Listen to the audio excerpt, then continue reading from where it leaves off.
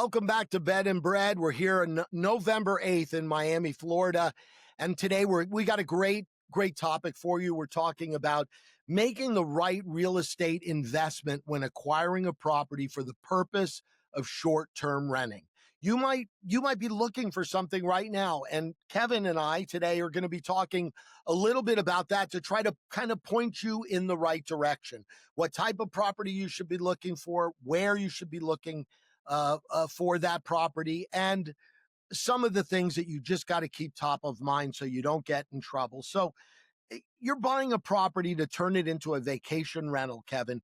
What are some of the key things that you need to look at in order to get the best return? Well, one of them is definitely the property type and location of that property. Okay, you're right. And there's a couple things. First off, and we'll talk more about it, what type of properties lend themselves better for success and a better return on investment. And Sure. certainly the location is important Oh, yeah. because you got to make sure that it's allowed in the city or municipality that you're trying to short-term rent, or the HOA. So you got to look at the regulations. What are some of the other things, Kevin? Well, another one is what to look for in the location and those regulations. Yeah, features I think are important, and what to look for in the property. Yes, like, is it a multi-unit property? Is it something that maybe can provide you a better return on investment? And we'll get to what types those are in a second. So let's, before we get started, let's understand the short-term rental, let's call it investment basics, and the talking points of that. Kevin, let's talk a little bit about what that is. Sure. So a lot of people sometimes get short-term renting confused. Short-term rentals are nightly, sometimes weekly based rentals that you list yourself. You don't go through a real estate agent or anything like that. You list them on sites like Airbnb and VRBO and Expedia. You're really just trying to maximize every day as a new rental rate, and sometimes weekends are priced higher, but you're actively trying to get as many bookings as possible year round. Right. And getting it from one night, 3 nights, 7 nights, but short term, not long term. Right. I think you got to look at a key thing is, and to remember, is the cash flow. So you got to really ascertain what you believe the cash flow would be. And you also got to contemplate, is this a good investment? Is the appreciation of the property? And at the end of the day, you just got to do your research on that. Look at the market you're looking in, how are properties appreciating, and you should factor that into the overall investment, not just the cash flow and your yearly return, but also the growth of the value of the property. Mm, yeah, for sure.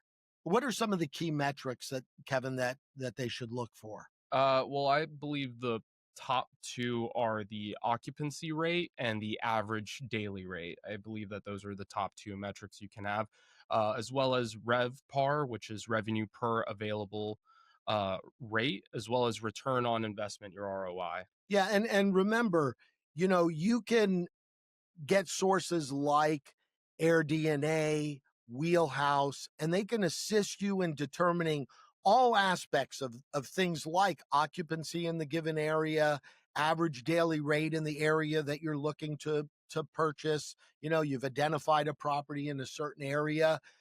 Sources like AirDNA and Wheelhouse can give you the type of information that you need to ascertain what that revenue may be. Yeah, and also just doing a little digging yourself. If you're looking at a specific area that you're interested in acquiring, then you want to see, booking.com, Airbnb, VRBO, all the other places listed in or around that area, and doing your own comparison. Absolutely.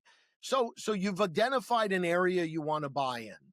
You've identified that it's legal. Hmm. You've identified it's a good market. So what type of property at that point should you be looking for to purchase? And we have some thoughts on that, some we'd like to share with you. Kevin, give us an idea of maybe one type of property you think would give a nice return on the investment. Oh, well, one I believe would be great for investments are multi-unit or multi-residential places, multi-rental options. Yeah, so like duplexes, Yes. triplexes, ADUs, Hmm. things of that nature. Absolutely great. If you're looking to buy, maybe you're a young person and you're looking to purchase your first piece of real estate.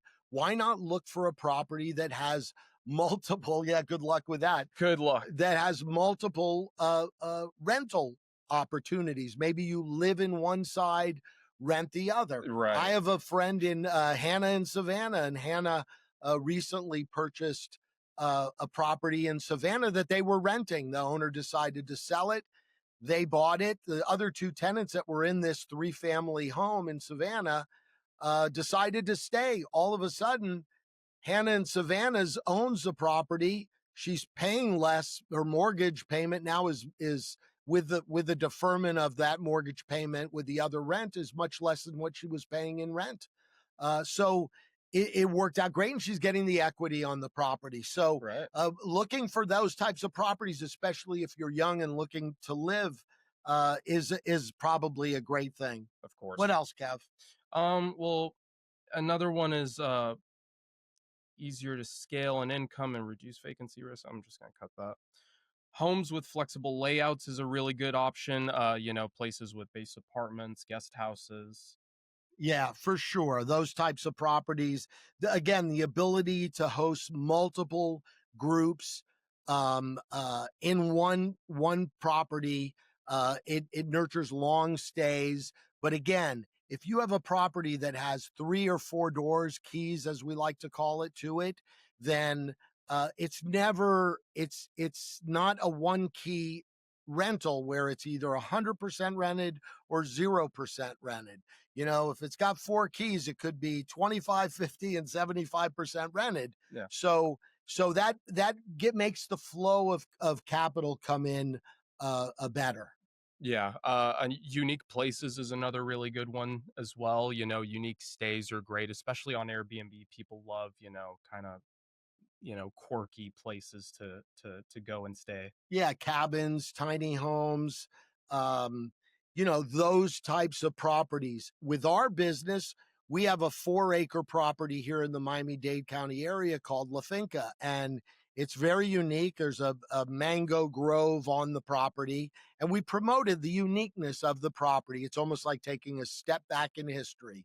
And so people love that feel for it. And we've also found other sources of revenue for the property because people wanting to take photo shoots, companies. As a matter of fact, we hosted a shoot for part of a Bad Bunny music video on that property.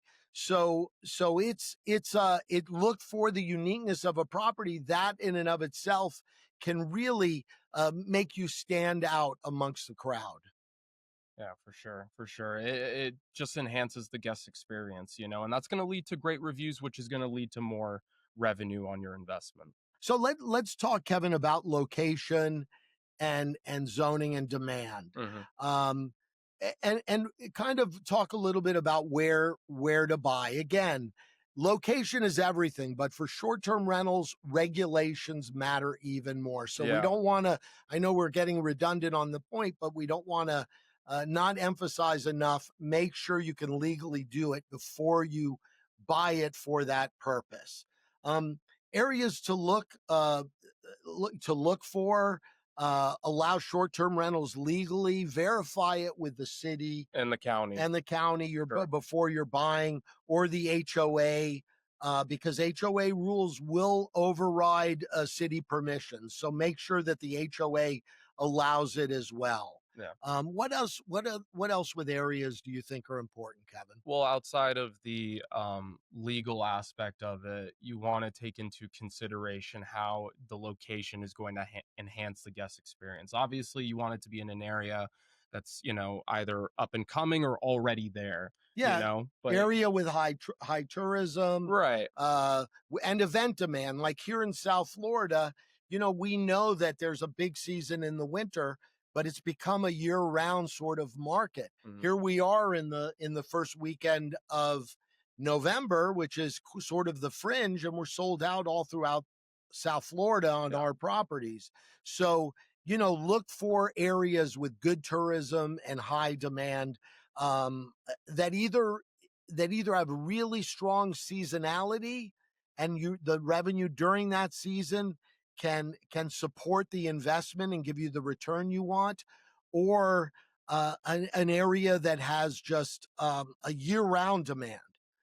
Miami has become almost a year-round demand sort of market. Yes. Yeah. So that's really important. And then I would say the other thing is, um, you don't want a glut to go into a market with a glut of short-term rental properties. You know, recently I've been looking to purchase a home in the mountains of North Carolina, and I wanted a specific type of property, one that I could vacation in a month, 2, maybe 3 a year, and rent it the other 9 months of the year. And I located 2 markets that I thought were good for me and what I was looking for. And the 2 were Beach Mountain, North Carolina, and Sugar Mountain, North Carolina. But with the type of property I'm looking to buy, a single family home, there was a glut of homes in Beach Mountain. When I went to rent there, I had so much to choose from Right. in a very high demand weekend of the week of the year, July 4th week. Right. So it told me that maybe Sugar Mountain's a better for the type of product I want, a better place to invest than Beach Mountain. Sorry, folks who've invested in Beach Mountain, but you got to look at the glut of properties especially the type of property that you're going to buy. Is there a glut of that being rented on the STR market? And you can easily figure that out by simply going on Airbnb and shopping yourself. Right. So what are some ideal markets, types of markets you think people should look for, Kevin? Examples of that. Well, definitely beach towns are great. Those are obviously a really nice stay for anyone, whether it's in the winter or in the summer. In the summer, it's a place for guests to cool off, and in the winter, it's usually snowbirds coming down trying to escape the cold. True. There's also downtown areas which are, walkable.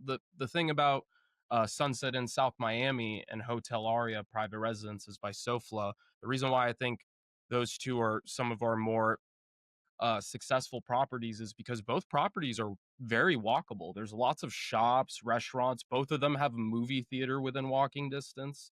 So there's a lot for guests to do there. So I would say like downtown areas are also a very good spot. Yeah, great point, Kevin. Walkable areas you want to look for. If you see a possible STR near a hospital or universities, Hmm. they can be great draws. He mentioned Sunset Inn and Hotel Aria, very close. Both of our properties, one in Coconut Grove, one in South Miami, to the University of Miami. And in the case of Sunset Inn, to some of the Baptist hospital facilities here. So they draw for our property, and we see rentals there. Hmm. Kevin, let's give our viewers some at least some tidbits, and on the screen you see a graph of the markets that we really like, but let's give them a tidbit of a few markets that we think they might want to look at. I'll start, okay? How about St. Petersburg, Tampa area of Florida? That is a great short-term rental market. The average home price in right now, as we sit here, November 9th, in the Tampa St. Pete area is $402,000 a purchase price, the average single family home. Occupancy in Tampa last year, 64% for short term rental with an average daily rate of little over $350 a night. So it's got all the characteristics that make for a really good short term rental market. Kevin, what other markets you like? Yeah, Of our top ones. honestly, I know it's done rough this year. Tariffs have obviously affected a lot of international traveling, but Las Vegas is a very good spot. I would think at your age, Las Vegas would be the one you pick. Yeah, I mean, it is a top tourist destination. It has year-round demand. A lot of international travel's done there. A lot of business travel is done there. The hotel prices there seem to rise yearly. Um, the one thing I would mention is the suburban areas, those neighborhoods, and the various regulations they may or may not have. You would want to do extensive research if you're looking to invest in that portion of Nevada, but Las Vegas, I think, would be a really good investment. Yeah, how about this one for a good one? And it's just another one to throw out there. Columbia, South Carolina. Oh, It's a okay. mid-sized city, a lower entry point for as far as cost to buy a property there. Average home price something around 230,000 a year. I'm sorry, 230,000 to purchase. Um, you got to manage your expectations when you go into a market though, like Columbia. The average daily rate obviously is going to be lower and the occupancy is going to be lower because it's not a high demand year round market. But like St. Pete or to Tampa or Las Vegas, which Kevin mentioned. Yeah, but So 230 grand for a house, like, that's almost enough to afford to live in the gutter here in Miami. exactly. Like that's fantastic. Yeah, Yeah. it's a great and maybe somewhere somebody maybe in their 40s, late 40s, 50s that's starting to think about retirement. Not a bad location to eventually retire to. So maybe Yeah. you buy that property, you short-term rent it for 10, 12 years and there's your retirement right there. Right. So those there's that kind of market and again, we have on the screen other markets in the United States that we really think are great for short-term rentals. So, um, okay, now show what makes a property bookable and profitable. Let's talk about some of the features Mm, that are that we want, that should be there that are going to make it bookable. right. So, give me some of your highlights for that, Kevin. Anything that enhances the guest experience using your property, making a game room, a movie room, hot tubs, pools, outdoor fire pits, Yeah, anything like. especially all of that, pools, hot tubs have a universal appeal and everywhere from a mountain Right. resort to a beach town. Yeah. So yeah, you're right. Have things and amenities that make it really attractive to Enhance the it experience. enhances it, Yeah. yes.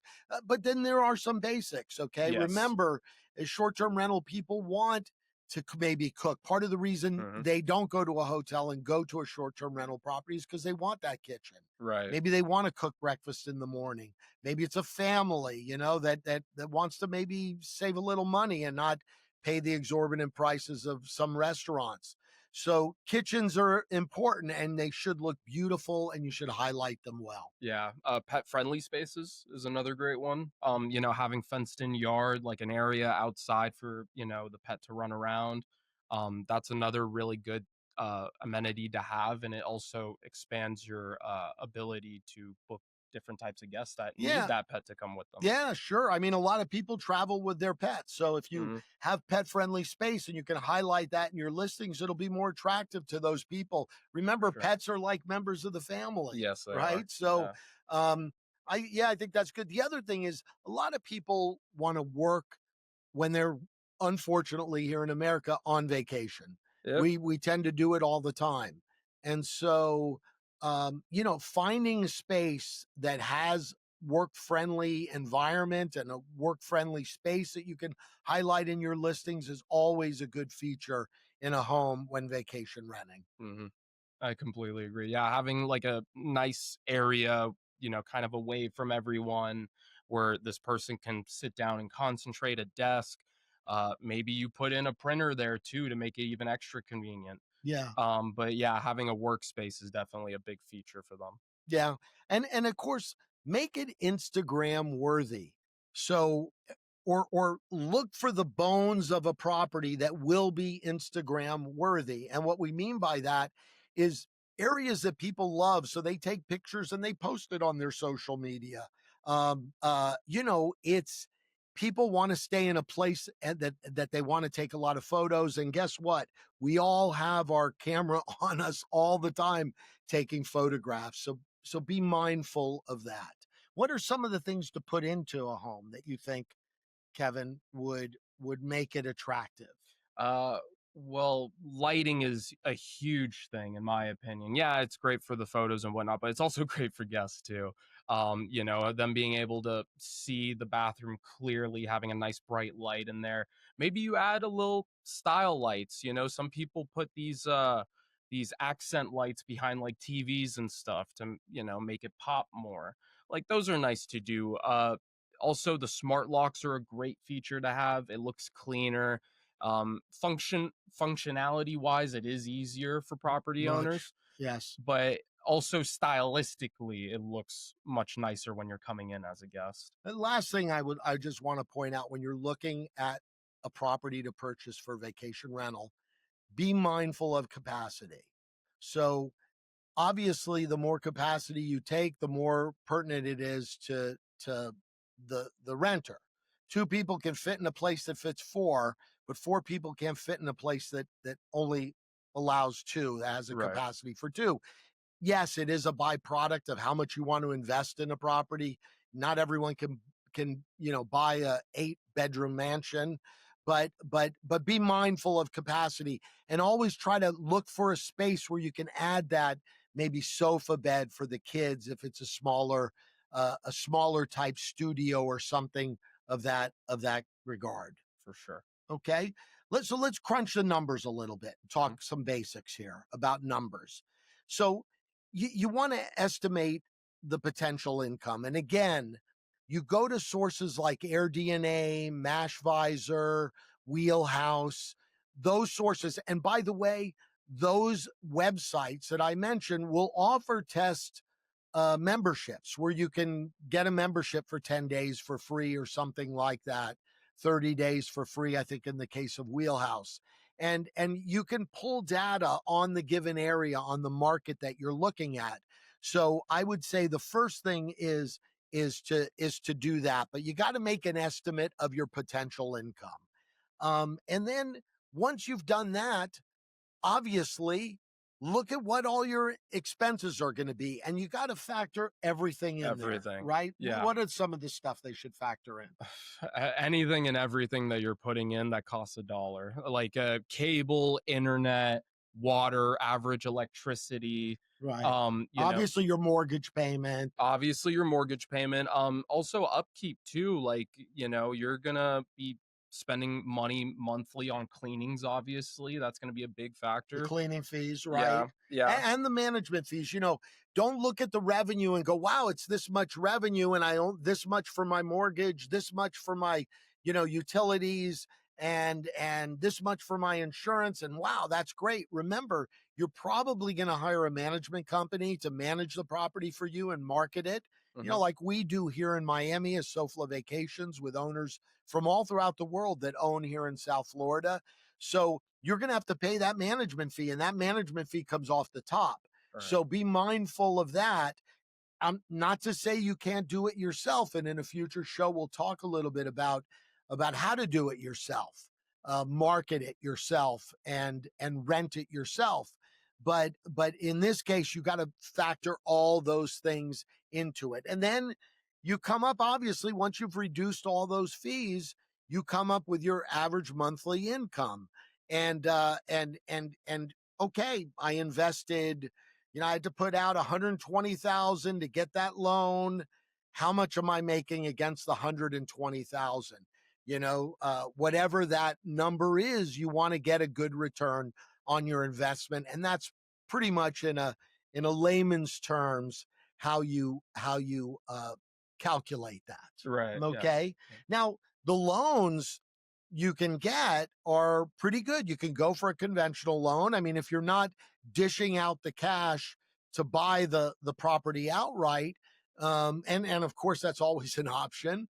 You can go for a conventional loan or a DSCR loan, which is a really popular loan right now that just bases uh, the approval on the income that is determined the property can make. So though it doesn't look for your personal income and they don't ask for tax returns. So a DSCR loan could be the way to go. Mm. Or Kevin, partnerships, Yeah. partnerships with other people and maybe buying that vacation, that beach home with two or three other friends and cordoning off dates, and it's bought with cash, and now you start renting it. Okay, so now some final tips, Kevin, some takeaways here. The best STR investment really blends smart property type, location, and guest ready features. I can only say one thing. I encourage you, I implore you, if you're looking to buy a vacation rental property, do your due diligence. uh, and look for local expertise in this market. We're the expert. SoFla Vacations. We feel like we're the expert in South Florida. We know the market, Miami-Dade, Broward, the Florida Keys. We know the regulations. We know all that stuff. And so sometimes a local expert is a shortcut to doing your due diligence, but you gotta do your due diligence. So, Kevin, what do you think about this? What do you think? Have we given good tips on how to invest, how to pick the right short term rental property for your investment? Yeah, look, it's a very densely leveled thing doing short-term rentals, obviously, but this is just the very basics, the skeleton of getting started for yourself. And to your point, you have to do your due diligence before you put your own money at stake. Make sure you're making the right investment. Yeah, but people are getting great returns and you can too. Hmm. If you find this helpful, like, subscribe, share with someone ready to buy their first STR. They'll thank you for it. And guess what? We thank you as well for being here today with us on Bed and Bread.